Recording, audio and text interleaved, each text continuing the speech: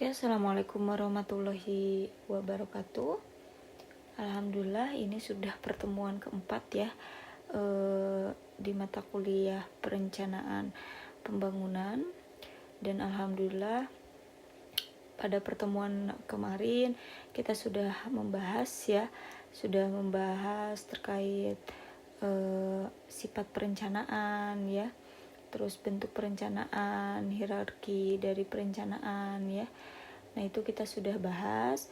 Nah, untuk sekarang kita akan membahas terkait bagaimana alur dalam membuat RPJMN, RPJMD. Nah, ini sebetulnya lanjutan dari Undang-Undang SPPN ya, tapi kita lebih fokus di turunannya, yaitu terkait tata cara penyusunannya, yaitu di PP nomor 40 tahun 2006. Nah, yang kita bahas hari ini, kalian mungkin bisa buka lagi modulnya ya, atau misalkan bisa melihat video ini ya, karena video ini slide-nya ini slide dari modul 3 yang kemarin ya, minggu kemarin sudah di-upload. Oke. Nah, jadi di pertemuan kali ini kita akan membahas bagaimana substansi dari PP nomor 40 tahun 2006.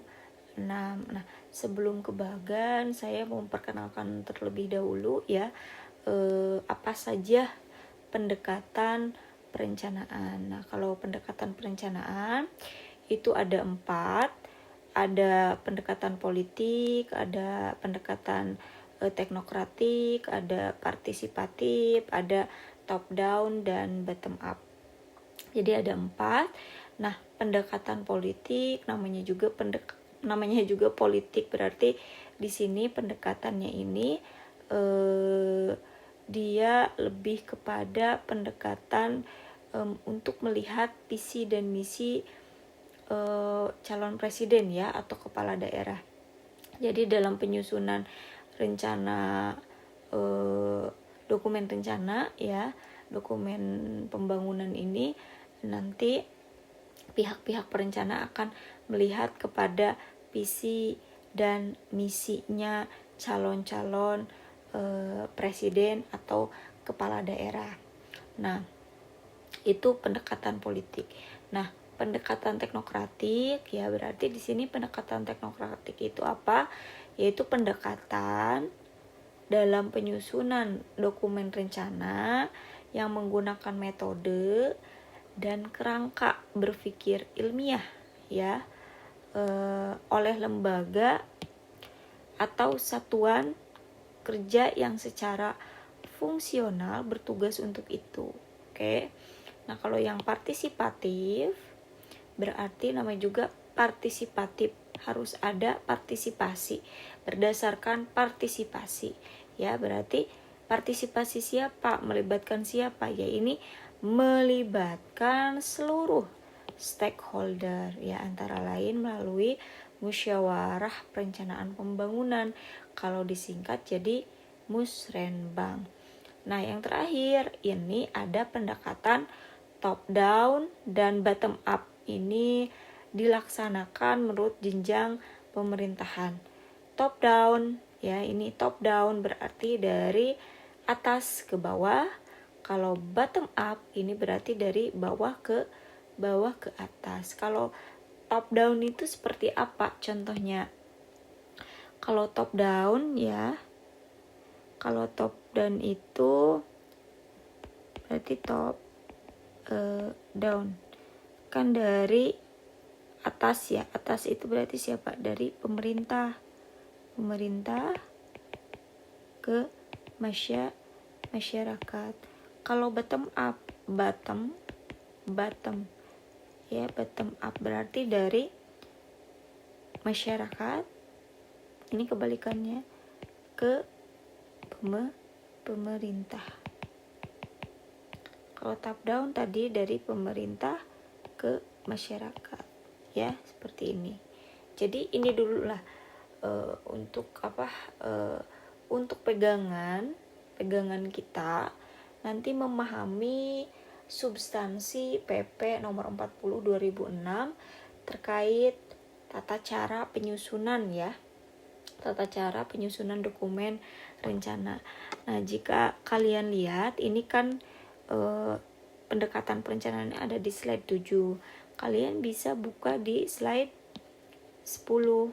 Nah, di slide 10 itu akan ada bagan. Nah, ini bagannya. Jadi si bagan ini ya, bagan ini memperlihatkan terkait proses bagaimana penyusunan RPJPN ya. Oke, di sini kenapa kita harus melihat bagan ini? Sebetulnya bagan ini diperoleh dari PP nomor 40 tahun 2006. Cuman ya, takutnya kalian tidak memahami isi dari PP nomor 40 2006 ini, maka kita jelaskan lewat bagan. Jadi memudahkan kalian untuk memahami bagaimana proses penyusunan RPJPN nasional. Ya. Nah, kenapa kita harus memahami ini? Ya, harapannya biar nanti kan ada tugas ya. Si tugas itu kan bermain peran. Nah, supaya kalian lebih menghayati ya, kalian harus ada gambaran dulu ya bagaimana proses penyusunan RPJMN ya, RPJMN nasional. Oke. Nah, RPJMN nasional itu apa? Nah, minggu kemarin sudah dijelaskan. RPJM nasional ini merupakan dokumen rencana 5 tahunan ya, turunan dari RPJPN ya. Jadi kan kemarin tuh ada RPJPN ya, kalian bisa buka lagi, ada RPJMN. Oke. Dan ini ya, karena dia berbicara lingkupnya nasional ya, dia berbicara nasional dan berbicara seluruh sektor, maka sifatnya ini agregatif, komprehensif ya. Berarti dia sudah berbicaranya seluruh sektor, dia juga lingkupnya itu nasional, komprehensif, udah seluruh ya, seluruh sektor, dan dia komprehensif. Jadi ini sifatnya ini RPJPN dan RPJMN ini dia agregatif, komprehensif. Oke ya, sekali lagi ya, saya ulangi sekali lagi, RPJMN nasional ini dia berbicaranya ini lingkupnya seluruh sektor dan dia level nasional, maka sifatnya ini dia agregatif, komprehensif ya. Jangka waktunya gimana? Nah, kalau ini RPJPN ini kan 20 tahunan. Jadi dibuatnya ini 20 tahunan. Yang 20 tahunan ini harus dia terlaksana. Nah, bagaimana cara melaksanakan supaya terwujud ya? Supaya terwujud cita-cita di RPJPN. Nah, ini diturunkan jadi yang 5 tahunan ya. Jadi dokumen rencana 5 tahunan. Jadi gimana ceritanya? Ya, jadi ceritanya itu seperti ini. Ini kan RPJPN. Dia sifatnya kan 20 tahun. Ini kan berarti cita-cita siapa? Cita-cita bangsa Indonesia, bangsa dan negara Indonesia. Ini tercermin di RPJPN ya. Supaya ini terwujud ya, terwujud berarti apa saja langkah-langkah yang harus dilakukan. Nah, langkah-langkahnya ini dipecah. Oke, dipecah jadi dokumen 5 tahunan. 5 tahunan ya. Berarti dia ada 4 dokumen. Jadi ada RPJMN 1, RPJMN 2, ada RPJMN 3, ada RPJMN tahun keempat ya. Tahap 4 ya. Berarti ini 5 tahun pertama ya. Ini 5 tahun kedua, ini 5 tahun ketiga, ini 5 tahun keempat kan. 5 kali 4 20 kan. Jadi ini kayak gini kan ya, dibuatnya itu seperti ini. Nah, nanti yang RPJMN ini ya, dia kan gimana caranya terwujud juga ya. Gimana caranya terwujud? Maka dia pecah lagi ya. Dipecah lagi menjadi tahunan ya. Berarti tahun pertama, tahun kedua, tahun ketiga, tahun keempat, tahun kelima. Begitupun seterusnya untuk RPJMN di tahap kedua, tahap ketiga, tahap keempat. Nah, yang tahunan ini yang kita sebut RKP, Rencana Kerja Pemerintah ya. Ini untuk yang sifatnya agregatif komprehensif ya. Ada juga yang dia itu sifatnya ini dia yang parsial ya. Sektoral parsial ya. Sektoral parsial itu ya yang 5 tahunan ini nanti hubungannya kayak gimana?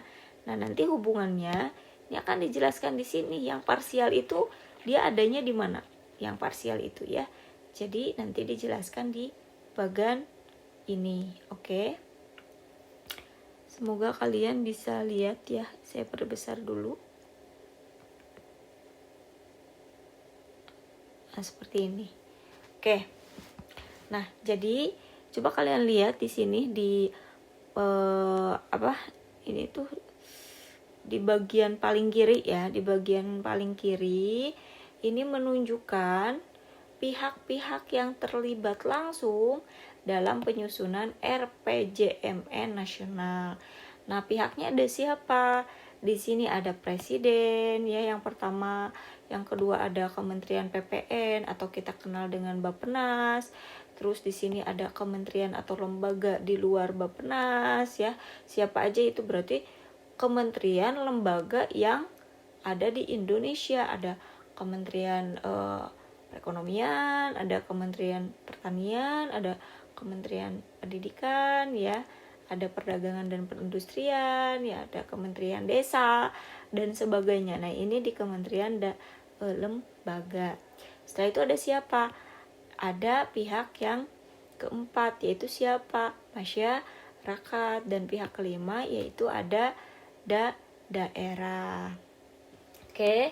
Nah, kalau yang ke samping itu ya, yang ke samping itu dia menunjukkan, berarti samping siapa ini? Tahun terakhir, presiden ya. Ini 2 bulan, ini 3 bulan, ini 1, 2, 3, 4 ya.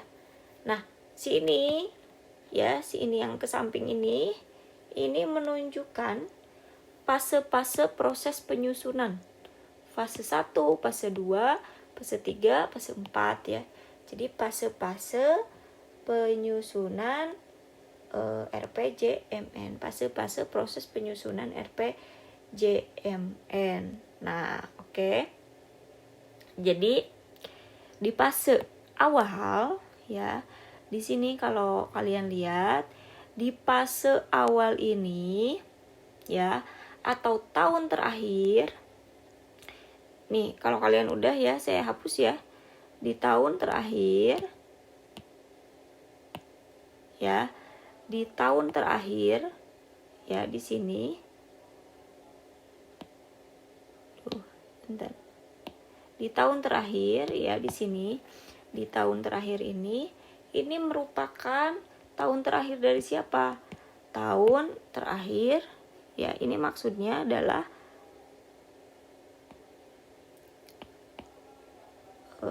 tahun terakhir dari RPJMN ya. Berarti kan kalau RPJMN tahun terakhir itu dia di 2014 ya, 2000 berapa, 2016 ya, 16, 17, 18, 19, 20 ya. Jadi RPJMN di 2016 sampai 2015 ya. Maaf. 2015 sampai 2019. Jadi cara ngitungnya 2015 1 tahun, 16 2 tahun, 13 3 tahun, 2014 15. Berarti ini kan 5 tahun ya. Jadi cara ngitungnya seperti itu. Nah, yang barunya berarti kan di RPJMN 2020 2024. Nah, si RPJMN yang ini merupakan tahap akhir ya, tahap akhir dari dokumen RPJP nasional ya, RPJPN. Jadi ini merupakan dokumen terakhir ya. Nah, jadi sebelum kita memasuki ya RPJMN ini ya, sebelum kita menyusun RPJMN ini, jadi di tahun terakhir RPJMN sebelumnya ya, ini disusun terlebih dahulu. Jadi mulai disusunnya RPJMN 2020-2004 itu mulainya itu dari tahun terakhir pelaksanaan dari RPJMN ya, tahun berjalan. Jadi kan RPJMN tahun berjalan itu 2015-2019 ya. Di 2020-2004 berarti tahun ini itu kan sudah harus tersusun ya RPJMN-nya. Nah, sebelum menyusun ke sini berarti kita di tahun terakhir pelaksanaan RPJMN tahun berjalan ya, itu sudah mulai dibuat atau sudah proses penyusunan ya RPJM nasional di sini. Nah, ini prosesnya kayak gini ya, apa yang harus dilakukan. Jadi sebelumnya itu jauh-jauh hari siapa? Bappenas ini ya. Jadi Bappenas ini harus sudah menyusun perencanaan teknokratik.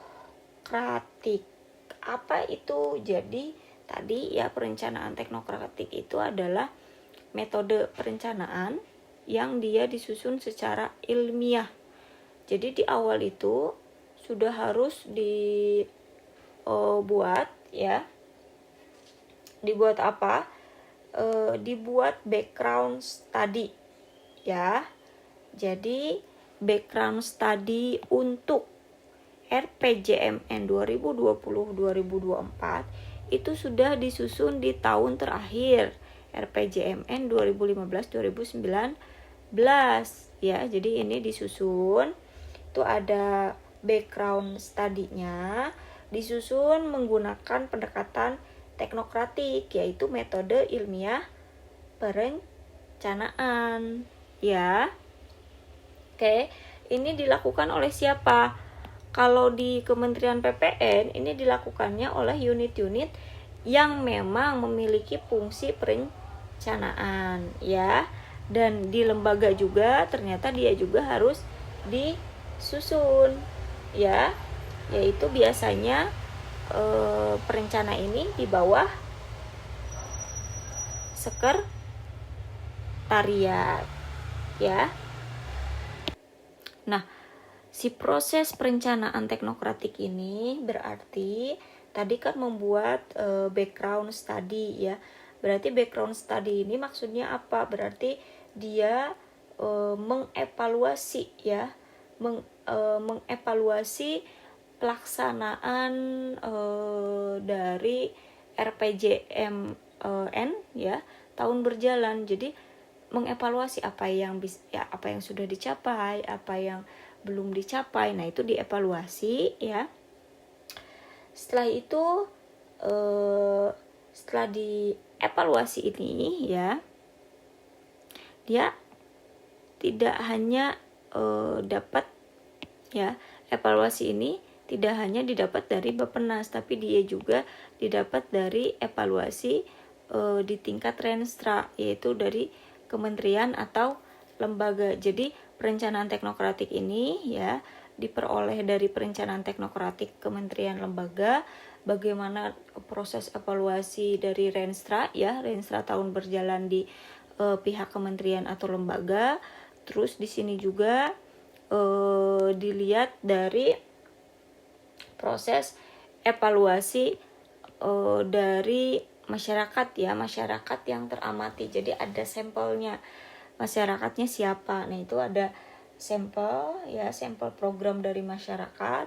Nah, ini juga menjadi bahan ya untuk perencanaan teknokratik. Nah, tidak hanya itu, dia juga melihat dari kinerja ya, sejauh mana kinerja pembangunan daerah. Jadi kinerja pembangunan daerah diambil, dievaluasi, aspirasi masyarakat yang teramati ya, program-program yang sudah berjalan di masyarakat juga kayak gimana, itu dievaluasi, nanti masuk ke kementerian lembaga, oh ternyata hasil evaluasinya itu di sektor ini misalkan seperti apa, di sektor ini seperti apa, di sektor ini seperti apa, dia bandingkan dengan rencana yang sudah dibuat. Setelah dievaluasi ini masuk ke evaluasi secara keseluruhan, yaitu di Bappenas. Oke. Nah, pertanyaannya, buat apa kita harus mengevaluasi? Sebetulnya evaluasi ini ya, evaluasi yang tadi sudah kita buat ini untuk ya, evaluasi yang kita buat ini nanti untuk membuat rancangan awal RPJM nasional ya. Jadi sebelum jadi RPJMN ya, sebelum jadi RPJMN, awalnya ini adalah kita harus mengevaluasi dulu di sini ya, membuat background study dulu, apa yang sudah dicapai, apa yang belum dicapai, untuk apa nanti yang fase ini dibuat untuk membuat rancangan awal RPJM nasional. Namun yang proses background study ini dia juga tetap mengacu kepada RPJP nasional ya, tetap mengacu kepada RPJP nasional. Nah, sehingga sebetulnya si bagan ini, si kotak ini harusnya di tengah-tengah ya. Jadi untuk menyusun rancangan awal RPJM nasional, dia tetap mengacu kepada RPJP nasional, si proses evaluasi ini. Oke. Nah, tidak hanya itu ya, tidak hanya itu, dalam proses dia menyusun rancangan awal RPJM nasional, karena kalau kalian tahu ya, si RPJM nasional ini cita-cita siapa ya? RPJM nasional merupakan perwujudan cita-cita pemimpin terpilih, berarti cita-cita presiden ya. RPJM nasional berarti di dalamnya cita-cita presiden. Kalau RPJP nasional ini merupakan cita-cita seluruh rakyat, bangsa ya, dan negara Indonesia. Cuman tadi untuk mewujudkan RPJP nasional itu kan harus ada dokumen RPJM nasional yang diturunkan ke dokumen 5 tahunan. Nah, yang 5 tahunan ini siapa? Berarti kan ada pemimpin, ya. Ada pemimpin, ada presiden yang nantinya dilantik. Nah, karena di dalamnya RPJM nasional ini ya ada cita-cita presiden, maka di sini ya mau tidak mau Bappenas harus melihat apa? Melihat visi misi capres ya, visi misi capres. Visi misi capres ini dilihat, diikuti ya. Karena apa? Karena ingat, kenapa dia ditempatkannya di ini ya, di masyarakat ya, berarti di pihak keempat. Karena ketika adanya pemilu yang terlibat langsung itu kan masyarakat.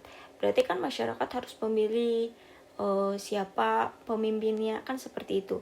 Nah, di dalam pemilihan umum ini itu si calon-calon presiden itu akan menyampaikan di kampanyenya itu visi misi. Nah, ketika penyampaian kampanye visi misi ini sudah diikutin oleh siapa? Oleh Bappenas. Kenapa diikutin? Sebagai ancang-ancang nanti untuk gambaran nanti tuh visi misi yang presiden terpilih tuh seperti ini, cita-cita untuk di RPJM nasional tuh akan seperti ini. Maka ini ancang-ancangnya di sini dia mengikuti dulu, Bappenas ini akan mengikuti dulu perkembangan kampanye calon presiden ya dalam pemilu.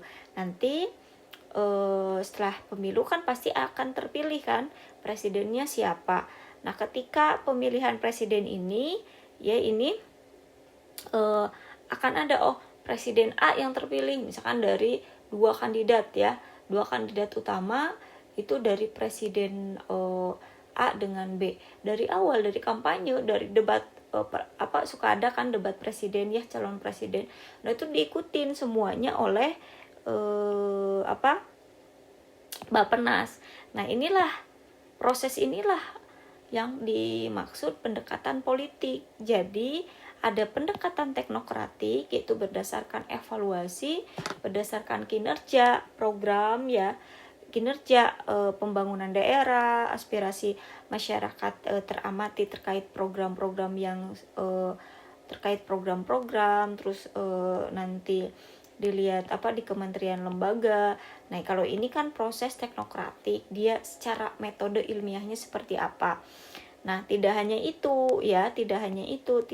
metode ilmiahnya seperti apa, ternyata di dalam prosesnya itu di fase yang kedua ini itu ada namanya pemilu yang melibatkan masyarakat ya. Dari sana Bappenas harus melihat perkembangan kampanye. Nah, ini untuk apa? Untuk nanti menjadi pegangan Bappenas, gambaran Bappenas untuk visi misi presiden terpilihnya itu siapa.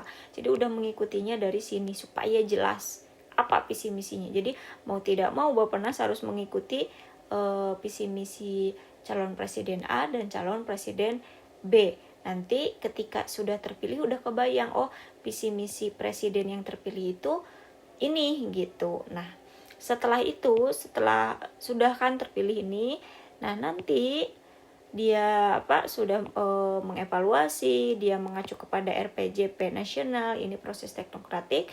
Terus dia juga udah melihat dari visi misi presiden terpilih ya, dia ikutin dari awal yaitu visi misi program capres. Nah, ini menjadi pendekatan politik, gambaran pendekatan politik ya. Nah, di sini visi misi presiden terpilih ini akan menjadi masukan dari rancangan awal RPJPN ya. Jadi dalam proses untuk membuat rancangan awal RPJPN ini, prosesnya itu dia harus mengikuti semua tahapan pemilu ya. Makanya ketika visi misi program capres ini ya diikutin sampai dia terpilih, siapa presiden terpilihnya. Nah, visi misi untuk lebih jelasnya lagi di sini, ini mengundang tim sukses ya, untuk memastikan lagi apa visi misi, benar nggak visi misi yang selama ini diikutin oleh Bappenas itu visi misinya seperti ini, digodok lagi. Setelah itu, setelah yakin, maka dimasukkanlah kepada rancangan awal RPJM nasional. Oke, sekali lagi ya saya tekankan bahwa rancangan awal RPJM nasional ini ya itu dibentuk dari hasil evaluasi RPJMN tahun berjalan ya, yang diperoleh dari evaluasi kinerja pembangunan daerah, evaluasi dari aspirasi masyarakat yang teramati ya, terus evaluasi dari kementerian lembaga ya, sama dari Bappenas. Nah, semuanya ini mengevaluasi RPJMN ya, mengevaluasi RPJMN dan dia yang kedua itu diperoleh dari tadi melihat dan mengacu RPJP nasional ya. Ini yang kedua.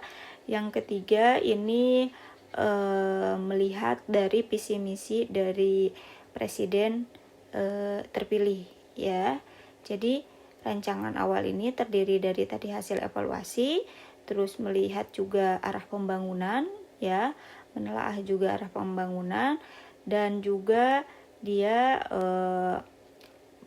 memasukkan visi misi presiden terpilih.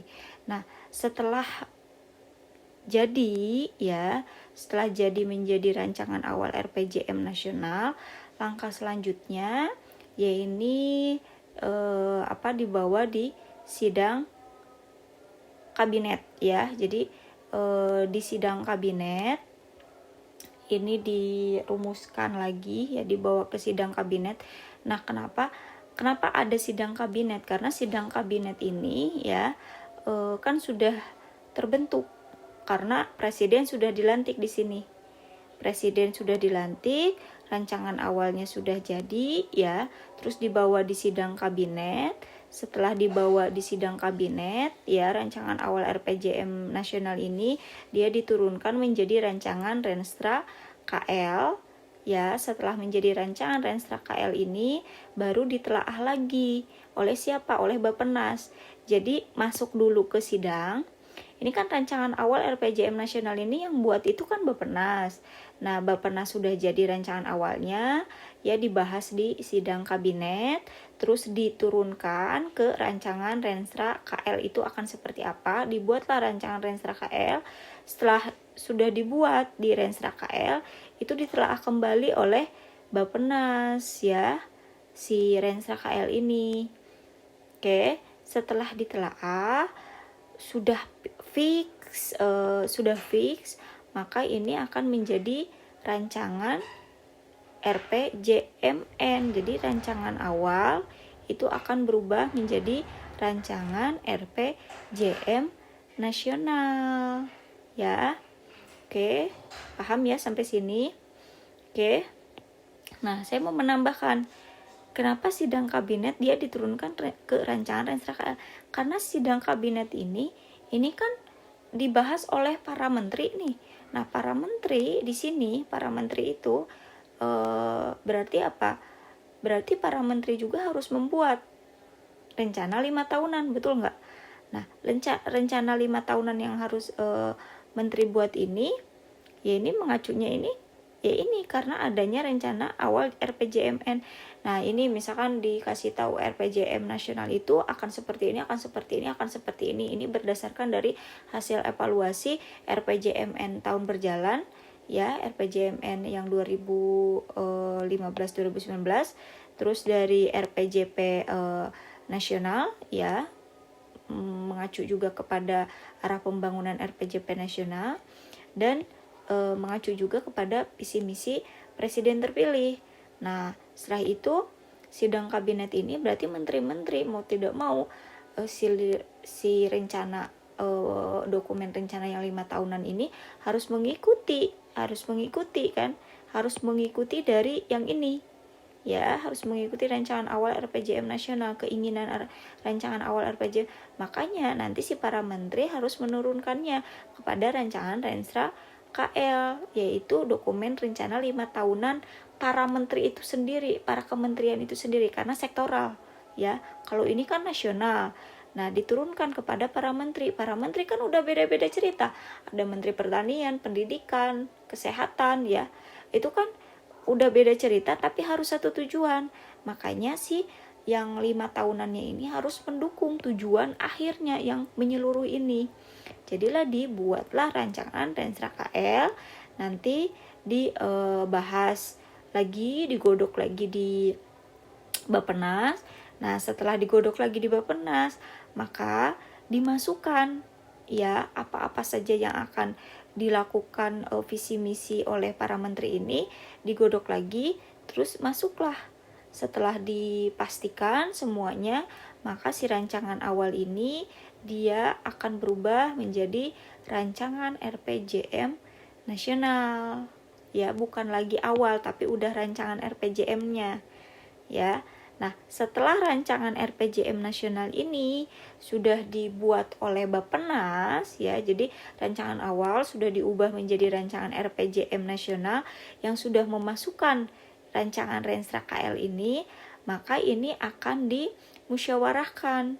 Jadi ada istilahnya itu musyawarah perencanaan pembangunan jangka menengah nasional, ya. Yang ini diikuti oleh siapa? Diikuti oleh masyarakat dan daerah. Nah, barulah di sini ini ada pendekatan yang disebutnya pendekatan aspiratif, ya. Aspiratif. Jadi pendekatan aspiratifnya tuh di sini, ya. Tadi kan yang pertama ada pendekatan apa? Pendekatan teknokratik. Oke. Yang kedua ini pendekatan politik. Yang ketiga ini pendekatan aspiratif. Ya, partisipatif. Mohon maaf. Partisipatif. Jadi kalau saya tuliskan, ya, pendekatan itu berarti yang ini dulu, ya. Yang ini berarti tahap ini pendekatannya pendekatan teknokratik, ya. Terus yang ini berarti yang ini, ya, saya buletin aja, ntar.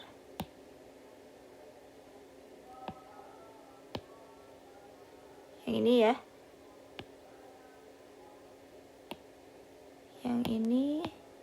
Yang ini berarti ini pendekatannya politik.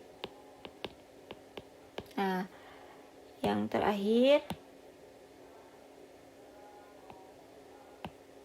yang ini.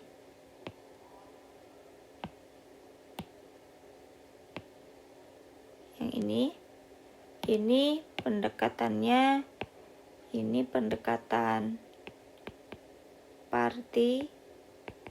partisipatif ya. Jadi ada 3 pendekatan. Yang pertama teknokratik ya. Yang ini sampai RPJP nasional ya. Ini merupakan pendekatan teknokratik yang visi misi itu pendekatan politik, dan yang ketiga itu di musrembang ini pendekatan partisipatif ya. Jadi kalau di sini ini ada dari masyarakat, pemangku kepentingan, ada juga dari aspirasi daerah. Maka di sini juga bisa disebut top down. Top down itu siapa? Sini ya. Top down itu dari atas, berarti di musrembang ini pemerintah menyampaikan rancangan RPJM nasionalnya, diminta aspirasi dari masyarakat dan aspirasi dari daerah untuk pemerintah. Jadi ada bottom up, top down ya.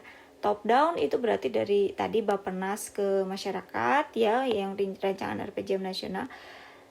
Bottom up itu aspirasinya dari sini, dari masyarakat untuk pemerintah, dari daerah untuk pemerintah ya.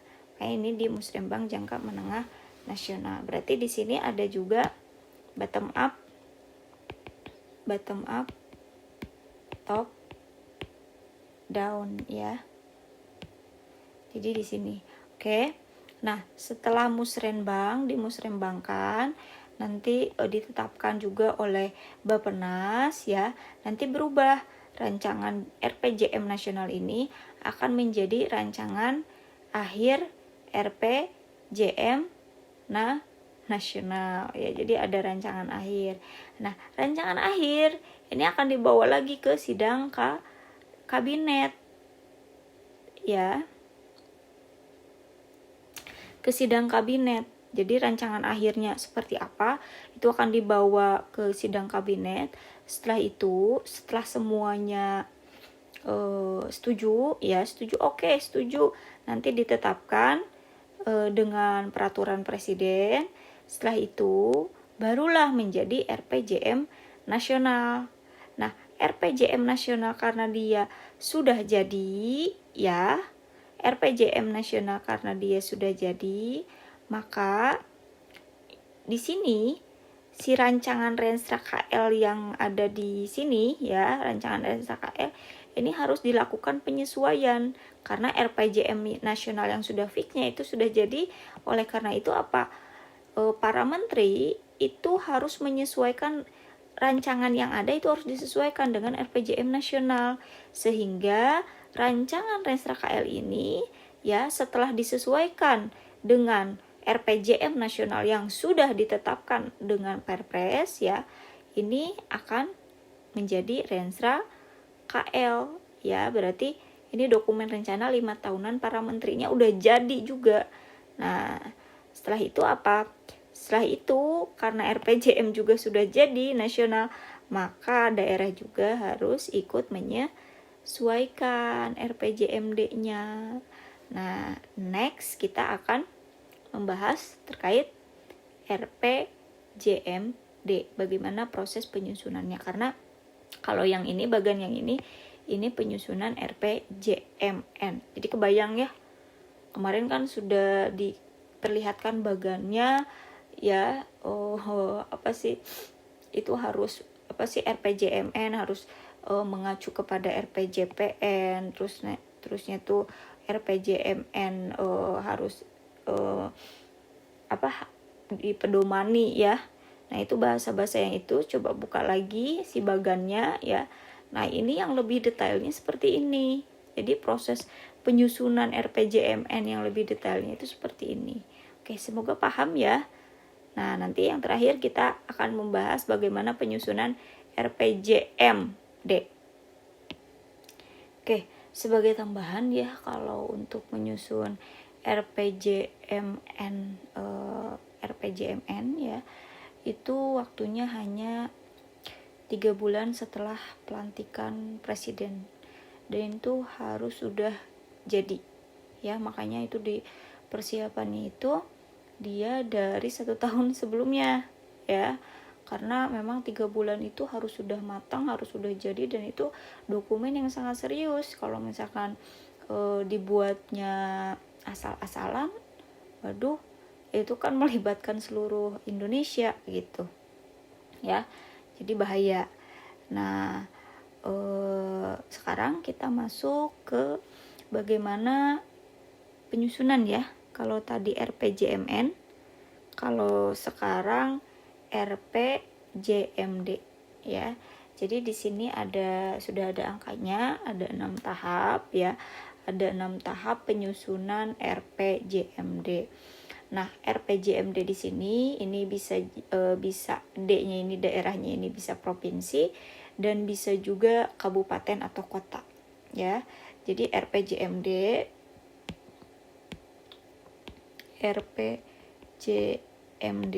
ya, ini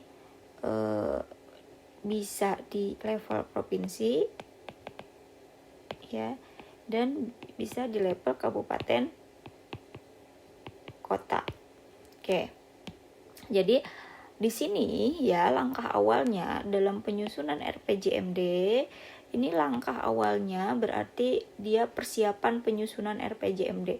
Sama halnya seperti persiapan penyusunan RPJMN, ini dilakukan 1 tahun sebelumnya ya, 1 tahun sebelum disahkannya RPJMD ya. Jadi kayak tadi misalkan RPJMN 2020-2024, maka di tahun 2019 atau di RPJMD tahun berjalan, di tahun terakhir itu harus sudah dipersiapkan penyusunan RPJMD 2020-2024. Sama halnya dengan RPJMD, sama halnya di tahap penyusunan RPJMD, maka itu ada 1 tahun di RPJMD. Misalkan tadi ya sama, misalkan ya RPJMD 2000, misalkan RPJMD 2020 2024 ya. Nah, untuk menyusun yang ini, maka di tahun terakhir RPJMD berjalan ya, itu berarti di 2000 berapa? 15 16 2019 ya. 16 17 18 19. Oke. Di 2015, maaf. 2015 16 17 18 19. Oke. Ini di tahun terakhirnya, berarti di 2019 ini sudah dilakukannya tahap persiapan ya. Jadi ini sudah ada di tahun terakhir ya. Tahun terakhir itu 2019 ini sudah dipersiapkan ya, persiapan penyusunan RPJMD. Ingat ya, RPJMD ini ada provinsi, ada kabupaten kota. Pertanyaannya, siapa yang melakukan persiapan? Nah, kalau di tingkat nasional itu ada Bappenas, kalau di tingkat daerah itu ada yang namanya Bapeda, Badan Perencanaan ya, Perencanaan Daerah. Oke, ada Bapeda. Nah, Bapeda ini dalam prosesnya ya, untuk persiapan penyusunan RPJMD ini ya, yang tentunya penyusunannya ini ya, ini kan ada kotak gede nih. Ini tuh proses persiapan penyusunan RPJMD. Jadi dalam persiapan ini kegiatannya yang ini, yang pink ini ya. Tentunya ini di sini penyusunannya ini penyusunan rancangan teknokratik RPJMD. Jadi dibuatnya ini dia secara ilmiah ya. Jadi jelas sistematik, ada landasan teorinya apa, terus ada fakta ya, terus ada pengolahan data ya, menggunakan metode ya, menggunakan alat-alat. Nah, ini makanya disebutnya ini penyusunan rancangan teknokratik RPJMD. Jadi yang ini tuh disebutnya penyusunan rancangan teknokratik RPJMD. Kenapa? Karena dia disusun secara sistematis ya dan ilmiah. Oke. Nah, apa saja aktivitas yang dilakukan di dalam tahap pertama ini, yaitu persiapan penyusunan RPJMD yang tahun berikutnya ya 2020-2024, berarti tahap berikutnya. Nah, itu yang pertama adalah kita Bapeda ya. Bapeda itu harus melakukan pengolahan data dan informasi. Data dan informasi mana yang diolah, kan gitu ya. Yang ini hasil evaluasi capaian RPJMD dan penelaahan ya RT RW daerah-daerah lainnya. RT RW itu apa? RT RW itu rencana tata ruang wilayah. Jadi rencana tata ruang wilayah daerah lainnya ini harus ditelaah apa saja ya. Jadi ini datanya diolah, informasinya diolah. Informasi yang dua ini ya untuk apa? Untuk dianalisis ya. Analisis untuk membuat analisis gambaran umum kondisi daerah dan perumusan gambaran keuangan daerah. Jadi hasil evaluasi dengan penelaahan RT RW ini harus menghasilkan ini analisis gambaran umum kondisi daerah dan perumusan gambaran keuangan daerah. Setelah ini dibuat, setelah ini dianalisis, gambaran umumnya sudah ada, nanti baru dirumuskan, membuat perumusan permasalahan pembangunan daerah. Jadi misalkan di level provinsi berarti apa masalahnya? Kalau lagi membuat RPJMD kabupaten kota berarti apa? Masalah-masalah pembangunan kabupaten kota. Nah, setelah ini dirumuskan ya, maka harus dibuat juga dari masalah-masalah ini, masalah mana yang paling penting, yang paling prioritas. Maka dianalisis di isu-isu strategis yang betul-betul memang kalau tidak diselesaikan masalah itu, maka ini masalahnya akan merembet ke masalah lain.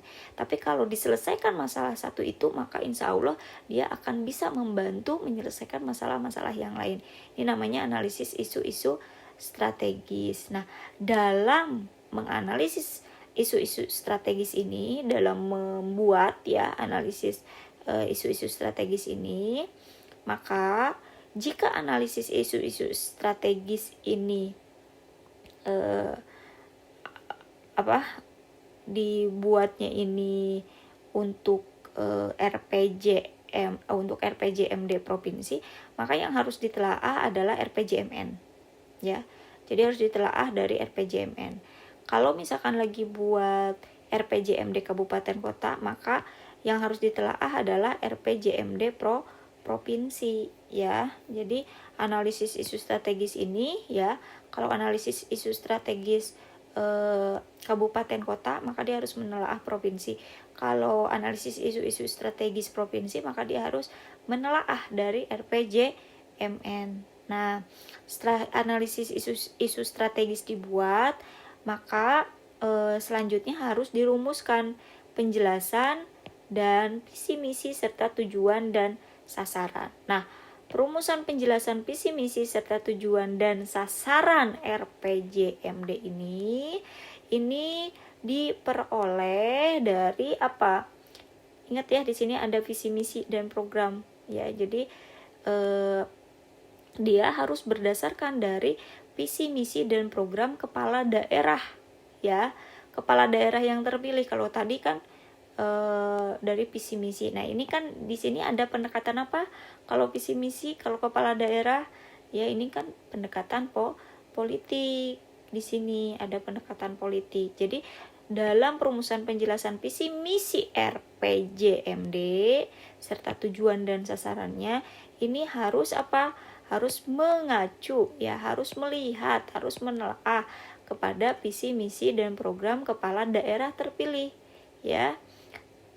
Tidak hanya itu, dia juga dalam merumuskan penjelasan visi misi RPJMD ini, dia juga harus menelaah RPJPD ya.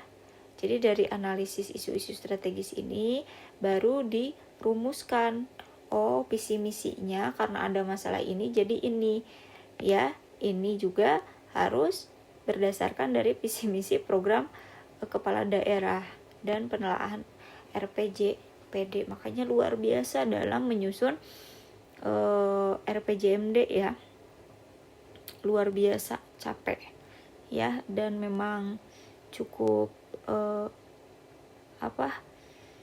complicated ya, jadi tidak simple gitu, jadi ada proses yang panjang. Nah, dari perumusan penjelasan visi dan misi serta tujuan sasaran ini ya, serta sudah kita buat analisis juga, ini nanti akan dirumuskan apa strateginya, arah kebijakannya ya, dan program pembangunan daerahnya.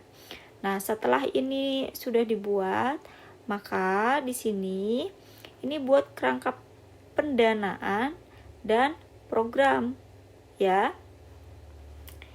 Dan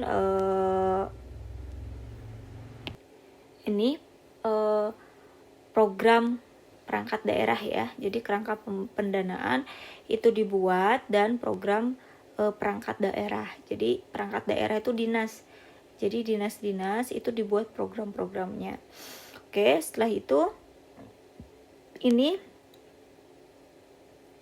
ya dibuat kinerja penyelenggaraan Pemda itu seperti apa pemerintahan daerah ya.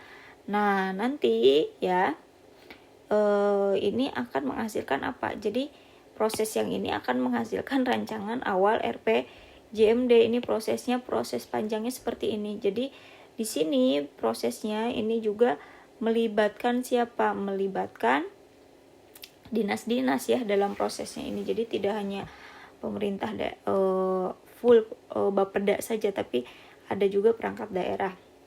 Oke. Nah, dari proses yang pertama ini akan di pelaksanaan ya, pelaksanaan forum konsultasi publik yang nanti akan akan ditetapkannya rancangan awalnya seperti apa ya. Dibuat rancangan awal RPJMD. Jadi setelah ada pelaksanaan forum konsultasi publik ini, dia akan ditetapkanlah rancangan awal RPJMD. Nah, rancangan awal RPJMD ini nanti akan dibahas dengan DPRD ya, DPRD sehingga menghasilkan nota kesepakatan. Setelah ke DPRD, jika rancangan awal RPJMD-nya ini di tingkat provinsi, maka dia akan dikonsultasikan kepada Menteri Dalam Negeri atau Kemendagri ya, Kemendagri. Jadi yang menariknya di sini dia tidak konsultasi ke Bappenas, tapi konsultasinya ke Kemendagri, karena yang membuat tata cara penyusunan itu adalah Kemendagri. Nah, nanti dari DPR ini nota kesepakatan konsultasi ke Kemendagri. Tapi kalau misalkan rancangan awalnya RPJMD kabupaten kota, maka dia dibahas dengan DPRD ya, sehingga menghasilkan nota kesepakatan dan dia akan dikonsultasikannya itu ke gubernur kalau dia RPJMD kabupaten kota. Nah, setelah itu ya, setelah konsultasi ini akan dibuat surat edaran ya, surat edaran kepala daerah. Berarti kalau provinsi gubernur, jadi surat edaran gubernur. Kalau di tingkatan kabupaten kota itu bupati atau wali kota. Ini kepada kepala ya, kepala perangkat daerah. Jadi ke semua kepala dinas itu akan dibuat surat edarannya ya. Surat edaran terkait rancangan awal. Nah, nanti dibuat surat edaran. Ini baru dia surat edarannya ini ya, surat edaran ini untuk rancangan RPJMD. Jadi rancangan awal RPJMD ini akan berubah menjadi rancangan RPJMD jika sudah dikonsultasikan kepada gubernur atau Kementerian Dalam Negeri, sehingga nanti akan dibuat surat edaran kepala daerah terkait rancangan RPJMD. Nah, setelah itu dia akan dimusrembangkan rancangan RPJMD, sama ya kayak RPJMN tadi. Setelah ada rancangannya, dia akan dimusrembangkan. Di sini ada proses partisipatif ya. Di sini ada proses partisipatif ya, bottom up top down. Setelah itu dia hasil musrembang ini akan ditetapkan menjadi rancangan akhir RPJMD. Setelah rancangan akhir ini jadi, maka rancangan akhir ini akan dibahas dan persetujuan bersama ya. Ini dibahas terus disetujui, ini akan menjadi rancangan peraturan daerah RPJMD. Setelah itu, setelah menjadi perda RPJMD ini, dia akan dievaluasi ya, dievaluasi oleh siapa?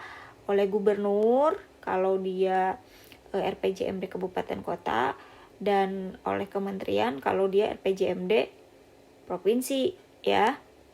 Setelah itu, setelah dievaluasi, setelah selesai, maka akan ditetapkan seperti itu ya. Oke, jadi sekali lagi untuk penyusunan RPJMD itu ada 6 tahap ya. Dan di tahap persiapan penyusunan RPJMD ini memang tahap yang luar biasa ya, panjang sekali ya. Kenapa? Karena di sini sebelum dibuatnya rancangan awal RPJMD itu kan harus, yang pertama itu harus evaluasi ya, harus adanya evaluasi pencapaian RPJMD. Setelah itu dia harus mengakomodir visi misi dan program kepala daerah. Terus juga yang ketiga dia harus menelaah RPJPD. Nah, setelah rancangan awal RPJMD ini jadi, dia juga harus dibahas di DPRD ya, di DPRD yang nanti dia akan menjadi surat edaran kepala daerah kepada masing-masing kepala perangkat daerah ya. Jadi perangkat daerah ini berarti dinas, untuk apa? Untuk menyusun rancangan Renstra ya, Renja, untuk menyusun Renja ya. Untuk menyusun Renstra ya. Jadi Renstra itu kan 5 tahunan, kalau Renja itu kan 1 tahunan. Nah, yang di sini ya, ini kan kita berbicara terkait penyusunan RPJMD yang dia dokumen rencana 5 tahunan. Maka di sini kepala daerah atau dinas juga harus membuat rancangan yang 5 tahunan atau disebutnya rencana strategis atau Renstra PD ya, Renstra OPD. Oke. Nah, setelah itu ini kan nanti akan menjadi rancangan RPJMD. Kalau sudah dibuat rancangan Renstranya, nanti akan ditetapkan rancangan RPJMD ya. Setelah itu dimusrembangkan, terus ada rancangan akhir RPJMD-nya. Setelah itu dibahas, dievaluasi, nanti ditetapkan RPJMD. Nah, RPJMD ini yang nanti harus disesuaikan rancangan Renstra tadi, harus mengikuti dari RPJMD, sehingga bukan lagi rancangan Renstra tapi sudah menjadi Renstra ya, Renstra OPD. Seperti itu tahapannya. Sebetulnya yang penyusunan RPJMD ini dia sama seperti penyusunan RPJMN, cuman pelakunya saja yang berbeda. Seperti itu. Kayak tadi kalau di RPJMN itu ada Bappenas, kalau di sini Bapeda. Kalau di RPJMN itu di tingkat kabinet, kalau di sini di tingkat DPRD. Terus kalau di sana, kalau di RPJMN itu kan dari tingkat kabinet udah aja diturunkan langsung ke Renstra. Kan seperti itu. Nah, kalau di sini ini harus konsultasi dulu ke gubernur atau ke menteri ya. Jadi harus ada konsultasi dulu, baru nanti ada surat edaran untuk masing-masing perangkat daerah, yang nanti perangkat daerah tersebut dia harus menyusun Renstra seperti itu ya, rancangan Renstra seperti itu. Jadi sama aja. Nah, kalau kalian masih bingung, ya wayahna harus kembali lagi bagaimana cara menyusun RPJMN, terus mendengarkan lagi baik-baik penjelasan ini ya, insya Allah bisa lah ya, tinggal diputer-puter lagi aja sembari dicatat, insya Allah bisa. Oke, next slide. Nah, next slide ini dari penjelasan yang tadi ya, yang di bagan. Nah, di sini ada kayak tahapannya ya, penjelasan tahapan atau ringkasan tahapan dalam penyusunan dokumen perencanaan pembangunan daerah. Ini berdasarkan Permendagri nomor 86 tahun 2017. Ini di pasal 16 ya. Nah, ini ada 1, 2, 3, 4. Nah, ini ada persiapan penyusunan, terus ada tadi penyusunan rancangan awal, terus penyusunan rancangan, ada pelaksanaan musrembang, ada perumusan rancangan akhir, ada penetapan. Jadi ada 6 langkah. Nah, secara detailnya yang tadi penjelasannya, oke?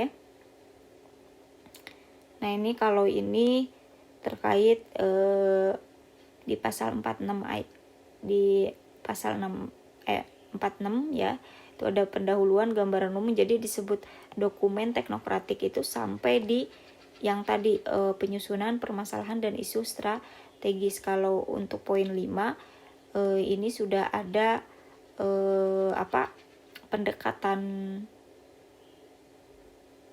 pendekatan politiknya ya, ada pendekatan politik. Oke. Jadi seperti ini tuh kayak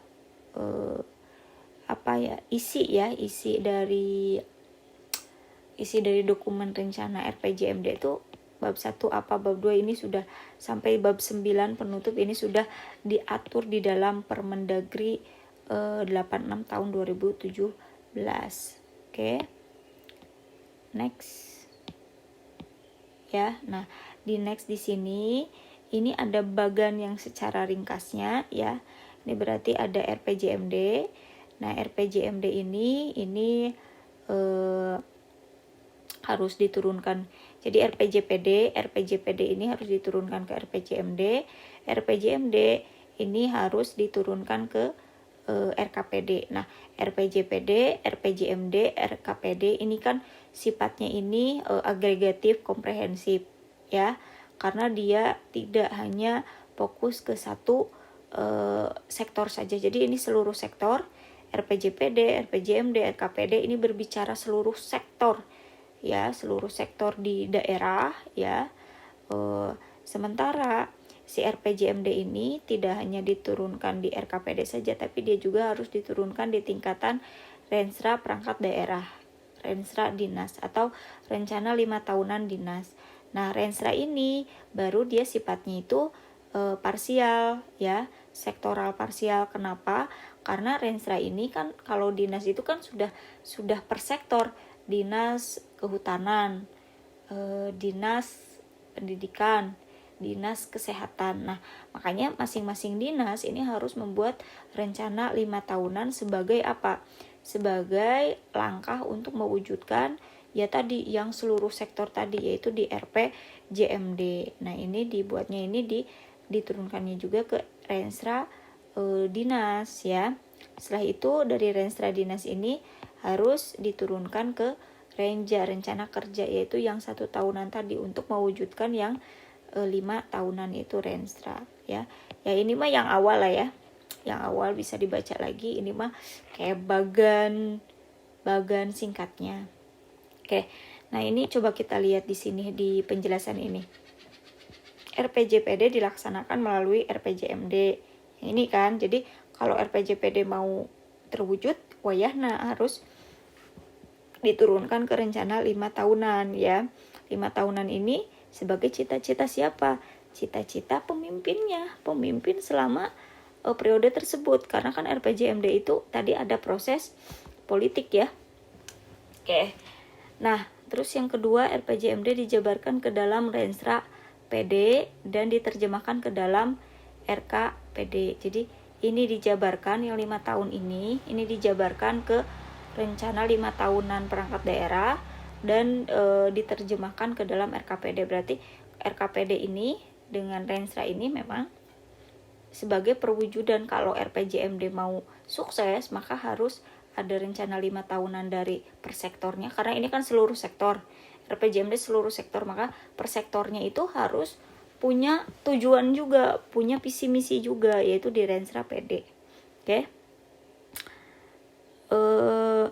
Oleh karena itu, kalau di sini di poin ketiga, RPJMD menjadi dasar pencapaian kinerja daerah jangka menengah yang dilaksanakan melalui Renstra PD. Betul ya, maka di sini keberhasilan pencapaian visi dan misi kepala daerah ditentukan oleh keberhasilan pencapaian Renstra PD. Jadi ini ditentukan oleh Renstra PD. Ya iyalah, ini kan seluruh sektor. Seluruh sektor bisa berhasil kalau per sektornya berhasil. Seperti itulah ya bahasa mudahnya. Oke, seluruh program selama 5 tahun seluruh Renstra memedomani program prioritas dalam RPJMD. Jadi seluruh program selama 5 tahun seluruh Renstra ini, jadi RPJMD ini karena dia kan seluruh sektor, maka dia harus tetap melihat dari sini ya. Program prioritas RPJMD ini harus diambil dari Renstra, karena Renstra itu per sektor, sementara RPJMD ini seluruh sektor, maka mau tidak mau RPJMD ini harus ngambil dari yang Renstra PD, jadi dijadikan program prioritas. RPJMD dilaksanakan melalui RKPD, ya iyalah. RPJMD kan tadi ya 5 tahunan, jadi RPJMD itu nggak apa-apa ya, saya selalu mengingatkan. RPJMD ini program 5 tahunan ya. 5 tahunan ini kan harus dijabarkan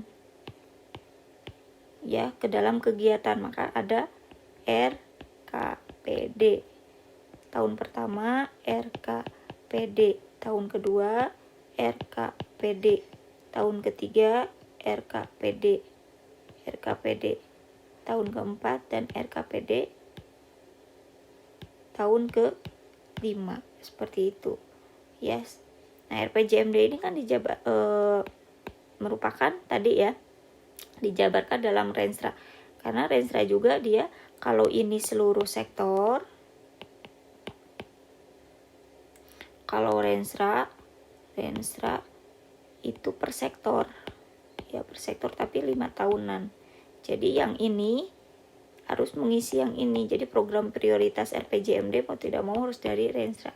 Renstra juga kan yang 5 tahunan, karena 5 tahunan tetap harus dijabarkan ke yang tahunan. Jadi namanya ini Renja 1, Renja 2, Renja sampai 5 tahun ya. Seperti itu. Semoga paham ya, pelan-pelan lah. Namanya juga belajar ya. Nah, ini karena ini waktunya luar biasa, ini sejam 13 menit ya, udah luar biasa. Maka mungkin kalian ngerenghap dulu, dengerin dulu, pahami dulu ya. Buka lagi PPT-nya. Kalau misalkan di video kurang jelas ya, kalian buka PPT-nya sembari mendengarkan, sembari menulis. Jadi nanti kuis itu insya Allah bisa ya, kalau kalian dengarkan. Nanti kuisnya di next lagi ya, maksudnya nggak di jam ini. Kalian kayaknya udah olap deh ini mendengarkan video saya ya, rekaman saya ini dalam waktu sejam, luar biasa itu ya capeknya. Udah nggak apa-apa, kalian pahami dulu benar-benar. Setelah itu nanti saya akan upload kuis forum dengan tugas. Oke, nun ya. Semoga kalian sehat-sehat aja ya, sing sabar ya, banyak tugas. Saya juga paham itu membuat kita tertekan, tapi kita ya harus dijalani, harus santai, serius lah ya. Jadi jaga kesehatan fisik dan mental ya. Oke, saya tutup ya. Assalamualaikum.